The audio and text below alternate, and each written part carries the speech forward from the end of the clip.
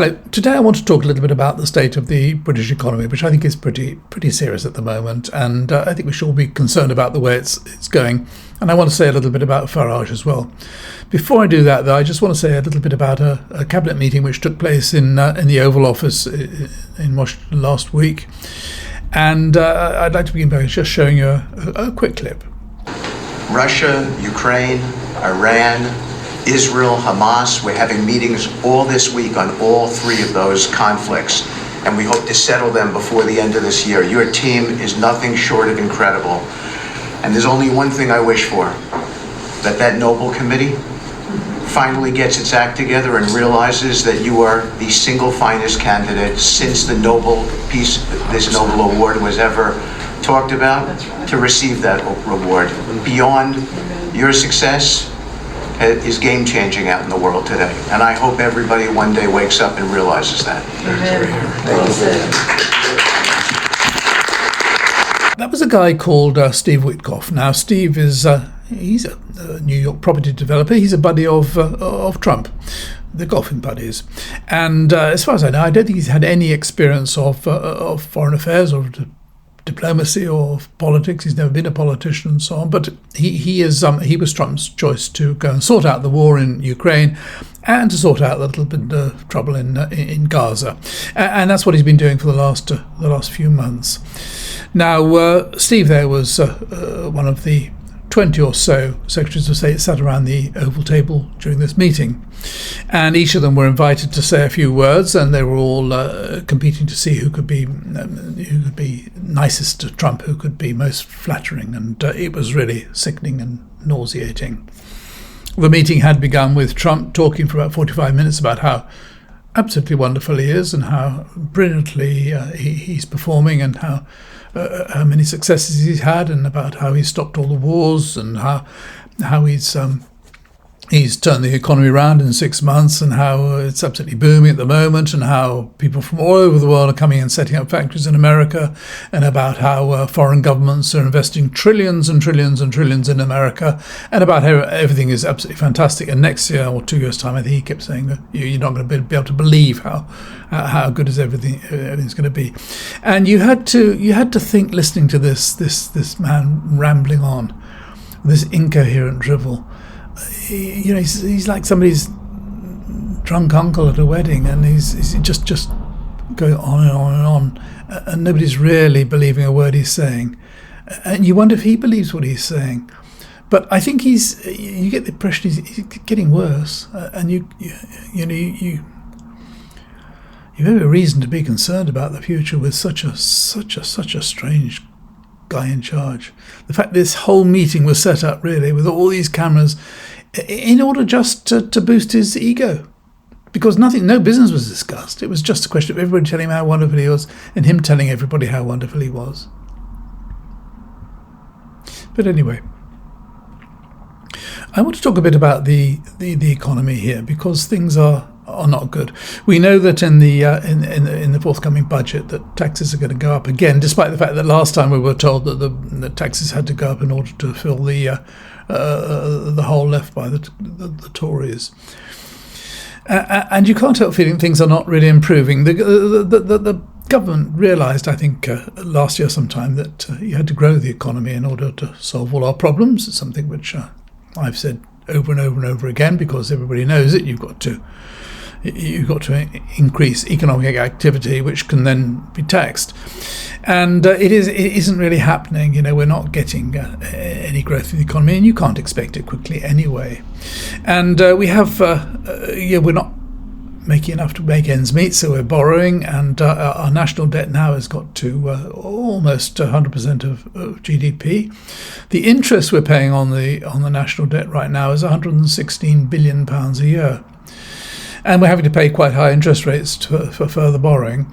And you think 116 billion, that's £2 billion a week we're paying in interest for money that we've borrowed to make ends meet in the past. This isn't really, it's not sustainable. You can't just go on and on and on borrowing. And so you have to expand the economy somehow or other. And as I said, that's going to take time, but it's going to be very difficult. But we have another problem really. we've already, by leaving the EU, we sacrificed a great deal of trade, and we, as I say every week, for small and medium-sized businesses, it's impossible to do business with the EU. Just about, it's so difficult, and they are so reluctant to deal with British companies because of the paperwork that's now involved. But apart from that, we have this labour problem, this labour shortage. When we left the EU, we know that all the Europeans that used to come and work here very often come briefly, working in hospitality and working in picking vegetables, working in construction and all sorts of, particularly in care and nurses and doctors and so on. All these people that came with it, well, we got rid of them all. Farage managed to persuade us all that we'd be a lot better off if we could stop all these people coming here, and that we would be free. And so what do? We had to somehow try to replace them. So the government went off finding people, particularly in Nigeria and India and Bangladesh, and they came with their families. That caused a bit of problem. So we said they couldn't come with their families anymore, and still people complained about all these black faces coming here and yellow faces coming. We didn't really want them here. And so the government then brought in new laws whereby you have to have a job earning £37,000 a year before you're allowed to actually come here. So that's cleared most of them. And at the same time, we've got Nigel Farage going on and on and on about the problem now is immigrants, is foreigners. We just got to stop it, deport them all. And this is a problem.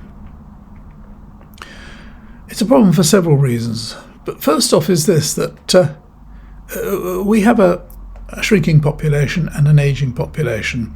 For our population to remain stable, we need a birth rate of 2.1 per woman. At the moment it's 1.4, so it's a third less than it should be. In other words, the population is shrinking. At the same time, people are getting old and they're living longer. Once upon a time, when I was very young, I think you retire at 65 and, by 80, you're probably gone. Nowadays, people retire at 65 and they're still around at 1995 and they're probably in nursing homes or they're needing care or they're needing lots of medicine and they're more and more expensive. So the older population is growing all the time and living longer, whereas fewer and fewer people are coming onto the workforce. So there aren't enough people to pay the taxes, to pay for all these additional expenses, which is why this problem with this national debt and so on, and all this borrowing we've had to do to make ends meet, it's not going to go away. We'd have to have a fantastic, sudden booming economy to stop this. And so we have a very, very big problem. So we need, in effect, more taxpayers. We need more people to fill all the jobs that are vacant and pay taxes in order to cover all these additional expenses as a result of the changing population. But we have three political parties. The biggest, or the most popular at the moment, is actually one man and a company. The other two, the Labour and Conservative, all three of them are really now anti-immigration. That is the buzzword. That's the thing. A whole nation has got behind this. Stop immigrants. We have to stop people coming here to work and pay taxes. And Farage is leading all this, of course. He's telling us how terrible the immigrants were. This is the Farage who told us that if we could just leave the EU, everything would be absolutely fine. We'd be so much better off. And of course, we've all seen how much better off we are since we left the EU. And so we're going to end up in a situation where if we are blocking immigration, that we're not going to have enough people to earn the money to pay the taxes. And our situation is going to get worse and worse and worse. And it's a sad thing that Farage is very charismatic and the papers love him and the television loves him. I think he must be on the payroll at question time. And we have a prime minister who just, he forget the 60% of the population who think it was a mistake to leave the EU, who think it would be better if we could get back in, which is obviously going to be very difficult. Forget that 60%. All you got to go after are the people that support Farage. The overweight men with the Union Jack T-shirts and the tattoos and the bother boots, and who will tell you that we won the World Cup in 1966. those are the people who are supporting Farage, and those are the people that Starmer doesn't want to lose. He wants to go after them. So he's becoming even more and more anti-immigration. And then you've got the miserable Tories with dreadful Badenoch and Honest Bob and Gormless, what's he called, Chris Philp. I think they're all still punch drunk after the loss of the election, but they're not really counting for very much. So it's Farage who's leading the charge. Farage, who brought us Brexit, is now leading the charge to stop immigration, stop people coming here and working and paying taxes. And of course the refrain is always, well, we're full up, there's space, we're full up. We're full of empty houses because the houses are, so many of them being bought by foreigners who leave them empty, and people who want second and third homes. But we have a minister, don't we? We've got Angela Rayner. She's the person who's in charge of sorting out the housing problem by building lots more houses and making sure the houses get used and so on. And she's apparently bought a second house, £800,000, and she's declared it as her first home, apparently, in order to avoid stamp duty.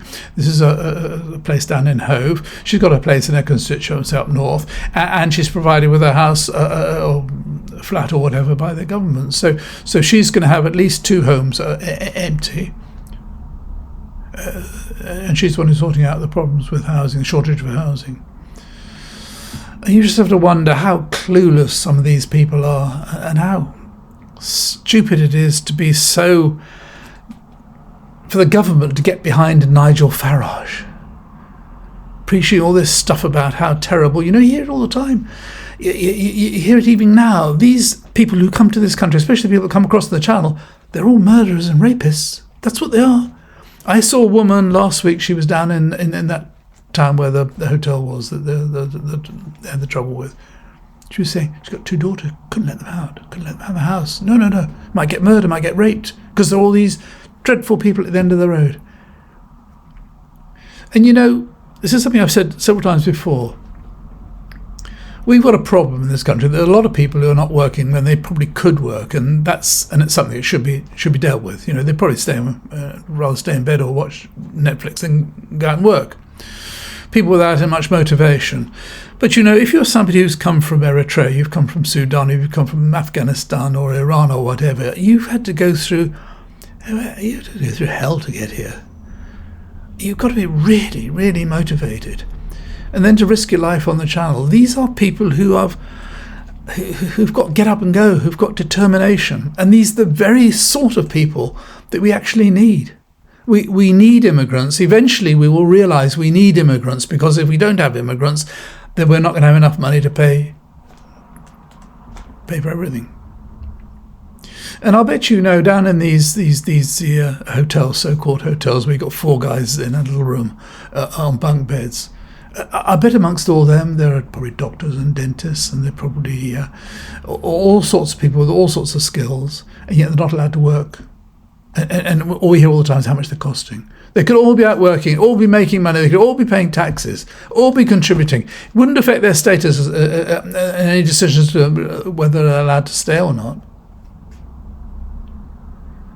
Yeah, they could work until the decision is made. But instead of that, of course, many are going into the black economy, because they're not going to sit around doing absolutely nothing at all for months and months and months and maybe even years.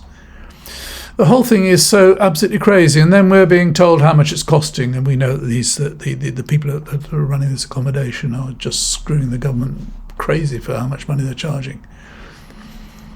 It's really dopey. But I think if we had a prime minister who had some sort of